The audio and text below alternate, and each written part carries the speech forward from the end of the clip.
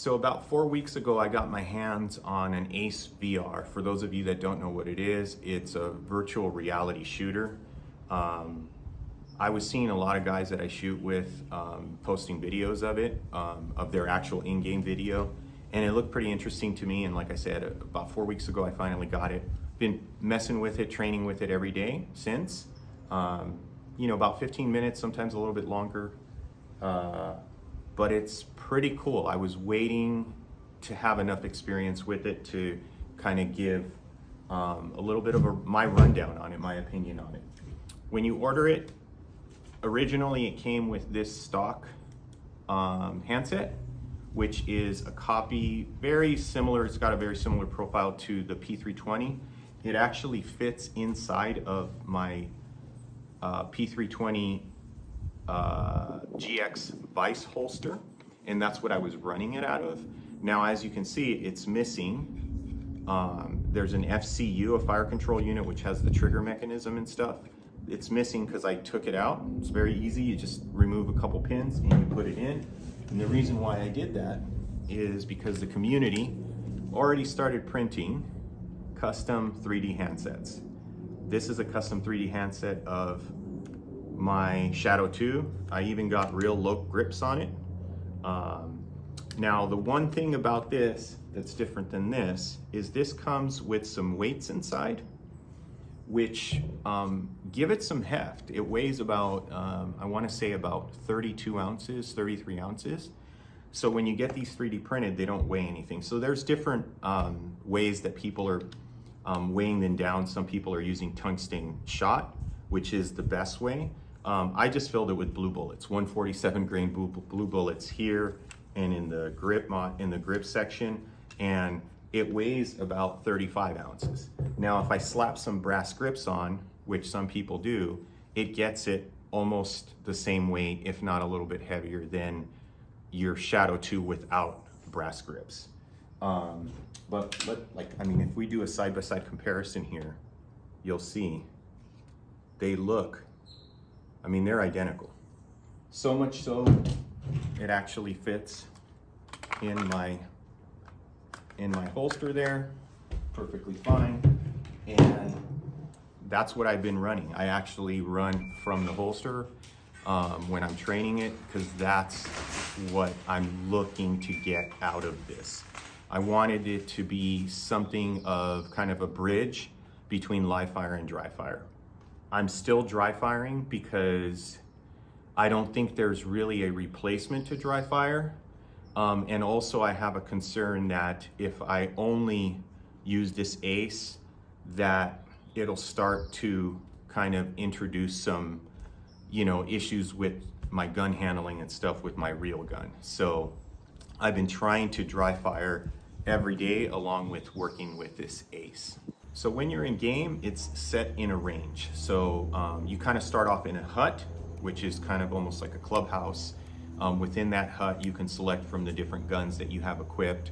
And there's quite a number of guns. So there's raced out open guns. There's more stock type guns like the Shadow 2, Glock, Please proceed to the starting area. Staccato P. There's also a wide range of red dots. Pretty much every red dot on the market you can select from and equip on the guns. And there's the way that you buy things is through brass and lead. So the brass is used, you accumulate brass and lead as you shoot. And the brass is used to buy equipment, and the lead is used, I think right now it's to do ranked runs. So there's practice runs and ranked runs. I don't really get too much into that. Again, I'm more focused on the training tool aspect of it. There are a number of drills. There's a number of stages that are USPSA classifiers, but then mixed into those classifier stages, there's other stages that are just drills. Like there's a lot of activator sequence drills that I really like, because that's really hard to practice live or even in dry fire. And then there's, I don't want to really call them drills, but there's open ranges. And I spend a lot of my time in the open range, because then I almost use it as if I'm either at home dry firing with a huge array of targets, or I'm in the range. And what I'll end up doing is sometimes I even use my real timer and I set par times and I pick a specific target array or sequence that I want to shoot, and I'll shoot on it. And it's still early to tell, but I definitely see high potential benefit in this as a training tool. And that's mostly from a vision in transition perspective. This is really helping me to stay target focused. But then in addition to that, really experimenting and pushing the limits to how fast I can see in the minimal amount of sight picture or dot that I need to make shots. So the nice thing about this is that you get that actual feedback, right? Because you see either the hits are counted or the steel falls. Where in dry fire, you have to be very attentive and very diligent to watch what your sights are doing, which again, there's a benefit to that. And what I'm not at all saying here is, at least in my opinion, that this is a complete replacement to dry fire. I don't think it is. I think you still need to dry fire with your real gun, and you definitely still need to live fire with your real gun. But as a supplement to it, and a fun supplement, I actually look forward to shooting with Ace because it is a lot of fun.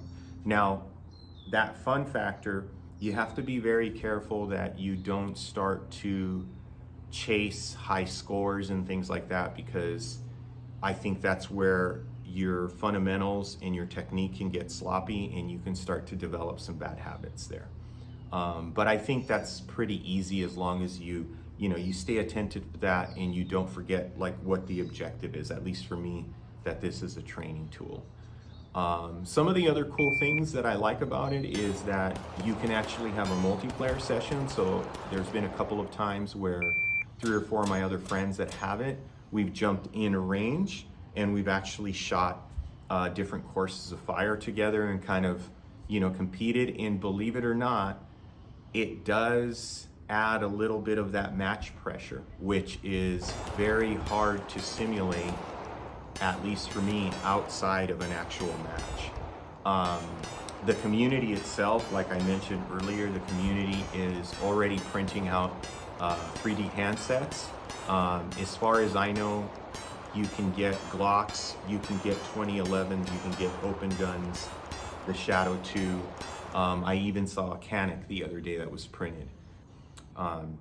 In addition to that, as far as from a support perspective, in the 4 weeks that I've had it, they've released at least 3 material updates, not just like bug fixes or anything, actual updates to the game where they've added either guns, new stages to the game, or enhanced the actual like rule set or the gameplay. Another nice thing about it is that they're hosting matches.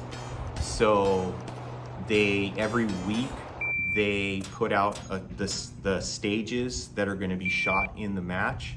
Like let's say there's 6 stages and all you need to do is jump in a room with more than one person.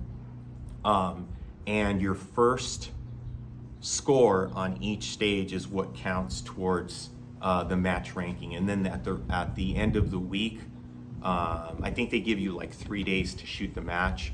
And then at the end of the week, they post the scores on the Discord. And I think they're also sharing them on Facebook. So there's a little bit of that too. So I'm actually enjoying it. So at the end of the day, like I said, I wouldn't say that this is a replacement to dry fire or your actual real training with your real gun. But I do believe that it 100% adds value as a training tool, as a supplement to both those things. And like I said, it's a ton of fun. And so if you're looking for something to motivate you, to keep you motivated at home, training, this is definitely it.